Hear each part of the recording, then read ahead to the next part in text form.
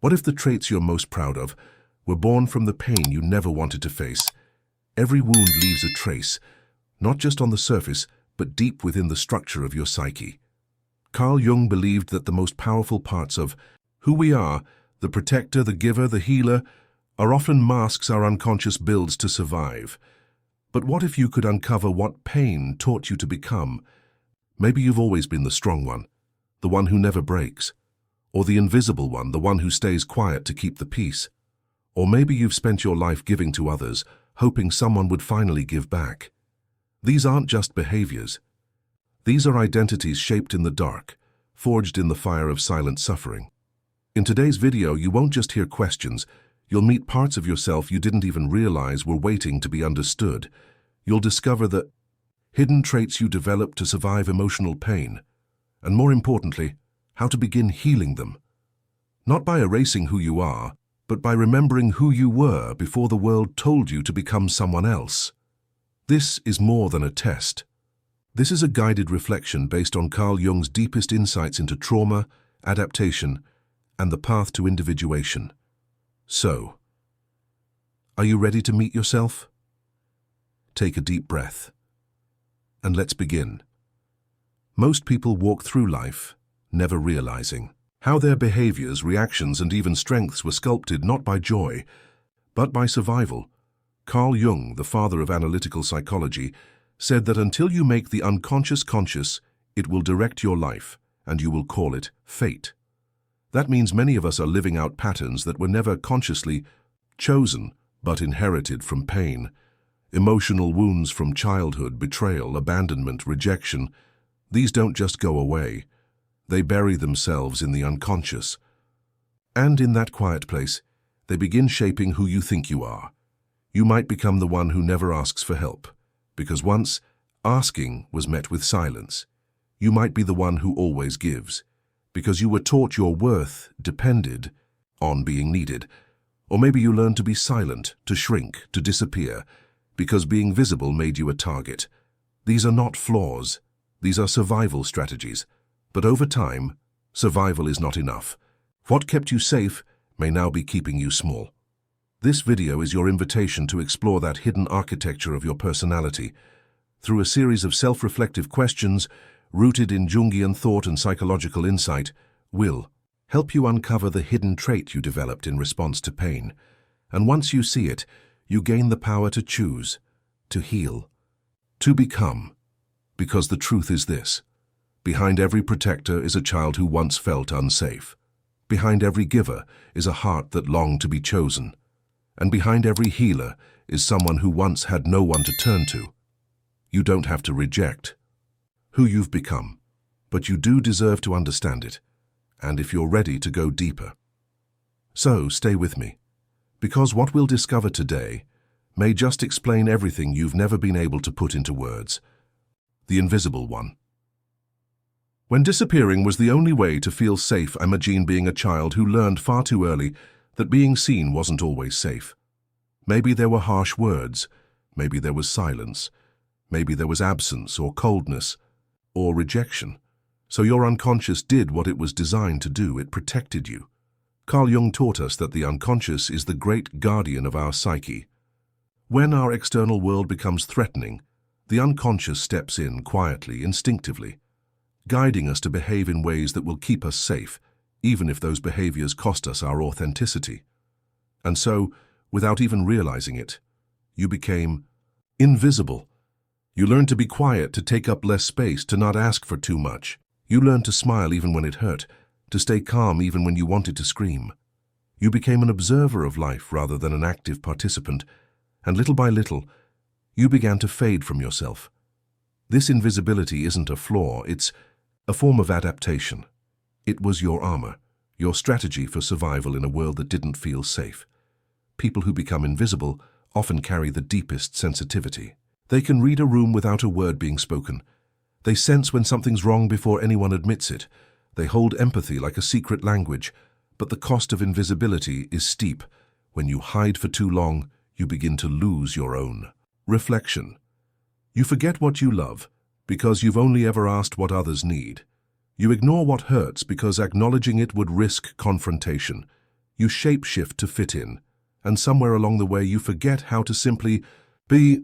The pain of being invisible isn't always loud. It shows up in moments where you feel surrounded by people, but completely unknown. It echoes in relationships where you're always the one who listens, but rarely the one who's heard. It haunts you when you question your worth, not because of failure, but because of neglect. Jung spoke often of the repressed self, the authentic part of you that was pushed down so you could stay accepted, stay loved, stay safe. That self is still inside you, and it doesn't want attention, it just wants permission. Permission to feel, permission to exist, to say, I'm tired, I'm not okay, I want something more. Even if your voice shakes, even if no one claps, you don't need to become loud or dramatic. You don't need to reinvent yourself. But you do need to show up for you bit by bit, breath by breath. When you start reclaiming visibility, the world might feel uncomfortable. Some people will pull away. They liked you better when you were quiet, agreeable, and easy to ignore. But the people who stay, the ones who celebrate your truth, not just your compliance, those are your real people. Most importantly, you stay. You stop abandoning yourself to avoid rejection. You stop shrinking to stay safe. You learn that your presence is not a burden. It's a gift.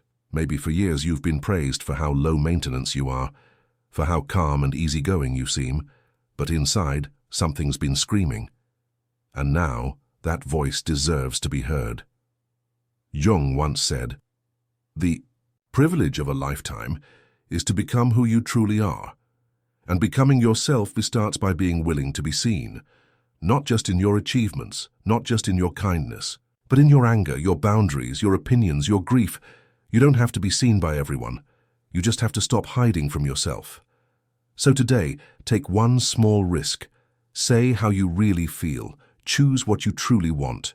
Write something you've never dared to write. Say no where you always said yes. And if that feels terrifying, that's okay.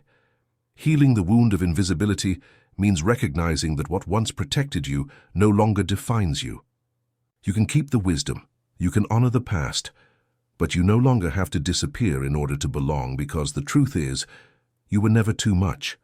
You were never not enough. You were simply unseen.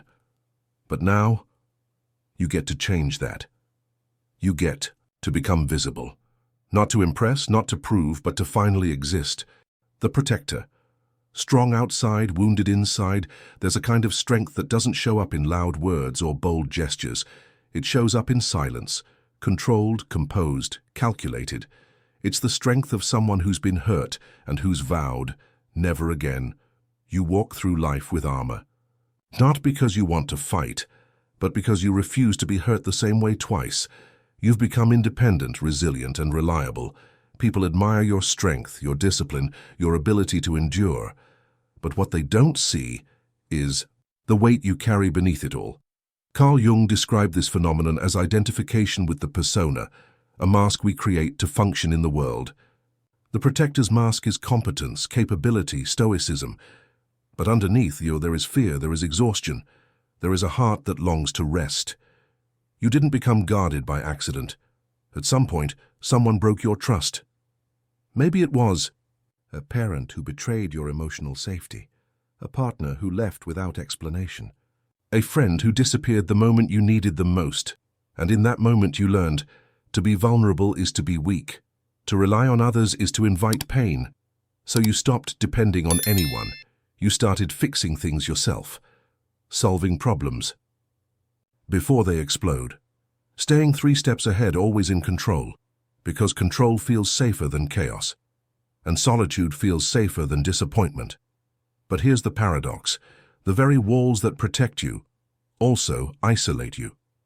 The strength that keeps you going, keeps you from receiving. And slowly your fortress becomes a prison. You become the helper, but no one helps you. You become the rock, but no one sees the cracks. You become the answer, but your own questions go unheard. And even when someone does offer love, real, honest love, part of you flinches, part of you doubts it. Because if you let them in, what if they hurt you again? Jung believed that healing comes not through denial of our defenses, but through awareness. The protector is not a problem to fix. It is a part of you that deserves compassion. A part that says, I've been through enough. I need safety. I need certainty. But here's the truth. Not everyone will hurt you. Not every relationship will fail. Not every moment of softness will lead to regret.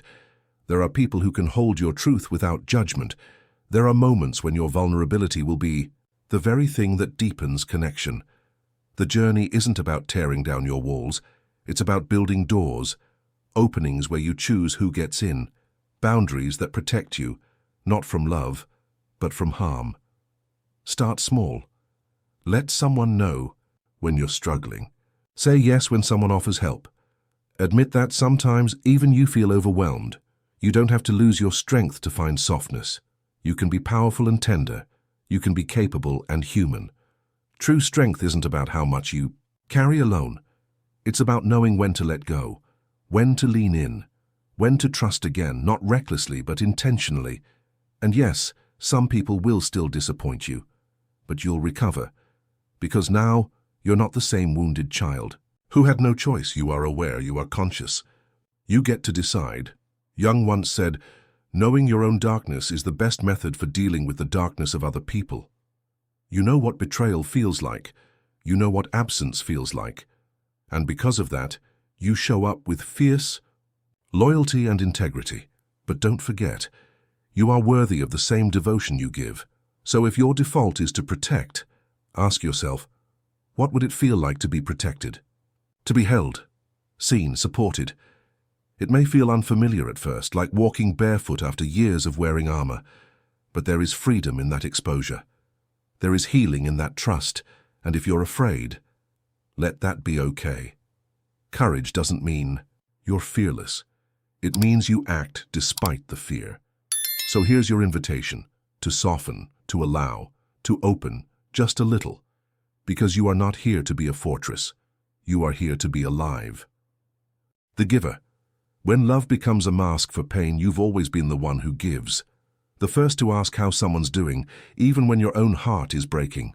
The one who shows up, fixes the mess, makes the call, remembers the birthdays. And at some point, maybe quietly, you began to believe this. As long as I'm useful, I'll be loved. Carl Jung wrote about the complexes that live deep in our psyche, unconscious emotional patterns rooted in past experiences. The giver is often born from a wound of neglect or abandonment, a wound that says, if I give enough, maybe I won't be left again. So you give. You give time, even when you're exhausted. You give support, even when no one checks on you. You give love, even to people who haven't earned it.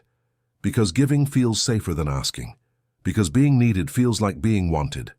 Because somewhere deep down, love has become something you earn, not something you're simply worthy of. You tell yourself you're just being kind, just doing your part. But the truth, you're hiding. You're hiding behind care, behind compassion, behind that smile that says, I'm fine, even when you're anything but and no one sees it. Because you've trained yourself to be okay, to keep going, to show up. But inside you're tired, not just physically, but soul-deep tired. Tired of always being strong, tired of giving so much and receiving so little in return. And here's where Jung's wisdom meets you. The selfless giver is often out of balance, not because they love too much, but because they forget to include themselves in that love. You don't need to stop loving. You don't need to become cold. You just need to come home to yourself. You've made space for everyone else. Now it's your turn. Ask yourself gently, what do I need right now? What would I give me if I were someone I loved? It's not selfish. It's not weakness. It's self-respect. Because true love, mature love, doesn't demand that you disappear. It doesn't ask you to pour from an empty cup. It doesn't thrive on sacrifice. It thrives on reciprocity. Balance. But balance can be scary when you've spent years proving your worth through overgiving. You might feel guilty the first time you say no. You might second-guess yourself when you set a boundary. You might feel exposed when you ask for help. That's okay. That's part of the healing. You're not broken. You're just relearning how to belong to yourself. And slowly, the need to be everything for everyone begins to dissolve. You realize you can be loved without fixing. You can be seen without overperforming. You can receive without feeling indebted. You're allowed to rest. You're allowed to have bad days. You're allowed to need what you give so freely. Jung believed that healing comes from integrating the parts of ourselves we've disowned. For the giver, that means welcoming the parts that feel needy, messy, uncertain.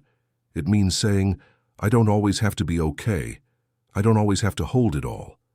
Sometimes the strongest thing you can do is put yourself first, not to reject others, but to finally accept you. And here's the beautiful paradox. When you begin to fill your own cup truly, intentionally, you'll give from overflow, not obligation. Your love will be clearer, your presence more grounded, your boundaries more respected. You'll start attracting people who love you, not just what you do for them, because now you're not loving from fear. You're loving from fullness. It's okay if this is new. It's okay if you're still learning. Healing doesn't happen in a single moment. It happens in hundreds of quiet choices to show up for yourself. So here's a choice you can make. Today, pause. Place your hand over your heart and remind yourself, I matter, even when I'm not giving, even when I'm simply being. Let that truth sink in, because you're not just a giver. You're a human being, deserving of rest, of peace, of mutual love. The healer. When wisdom is born from wounds, you've survived things most people wouldn't even guess. You carry pain not as a burden, but as a guide. You felt heartbreak, rejection, betrayal. But somehow, instead of becoming bitter, you chose to grow. You became the one others turn to, the calm in chaos, the one who listens deeply, sees clearly, and speaks with a gentleness born from your own brokenness. Carl Jung believed that the wound is the place where the light enters you, and you, dear healer, are the living proof of that. You didn't choose your pain, but you chose what to do with it. Instead of shutting down, you opened. Instead of hardening, you softened. Instead of running, you turned inward and asked the hardest questions. Why did this happen? What can I learn from it? How do I grow from here? And slowly, painfully, you built a new version of yourself. Not around the pain, but through it. That's the essence of transformation. But here's the hidden truth. Even healers need healing, because when you've made meaning out of your wounds, it's easy to forget you still have needs. You become the strong one, the wise one, the one who always understands. But beneath all that, you're still human. You still get tired. You still crave support. You still have nights where the old ache returns in silence, and that's okay. Jung taught that every strength has a shadow. The healer's shadow is the belief that they must always be okay, that their value lies in how much they can hold for others. But what about you? Who holds you? Who sits with your tears when you're too tired to be the strong one? Who reminds you that your worth isn't tied to being needed or useful or wise? You see, healing doesn't mean you're finished. It means you're committed to facing yourself over and over again, committed to being honest when you're hurting, committed to resting when you're worn out, committed to unlearning the lie that helping others is more important than helping yourself. Yes, you've come far, but you're still walking. Yes, you've grown stronger. But that doesn't mean you never fall. The healer archetype in Jungian psychology isn't someone who has it all figured out. It's someone who keeps choosing growth, even when it's hard. And that growth includes knowing your limits. It includes saying, I'm not available right now. It includes letting yourself be soft, messy, undone. You're allowed to put your own name on the list of people you care for. You're allowed to step back, to cry, to crumble. Because sometimes the most sacred healing happens not in giving, but in receiving. You've carried others. Now let someone carry you. You've listened deeply. Now let yourself be heard. You've been the light in someone's darkness. Now allow others to be the light in yours. And when no one's there, remember, you can still show up for yourself. You can still whisper, I'm here, when no one else does.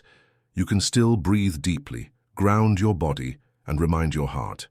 You're safe now, because the truth is, the healer isn't perfect.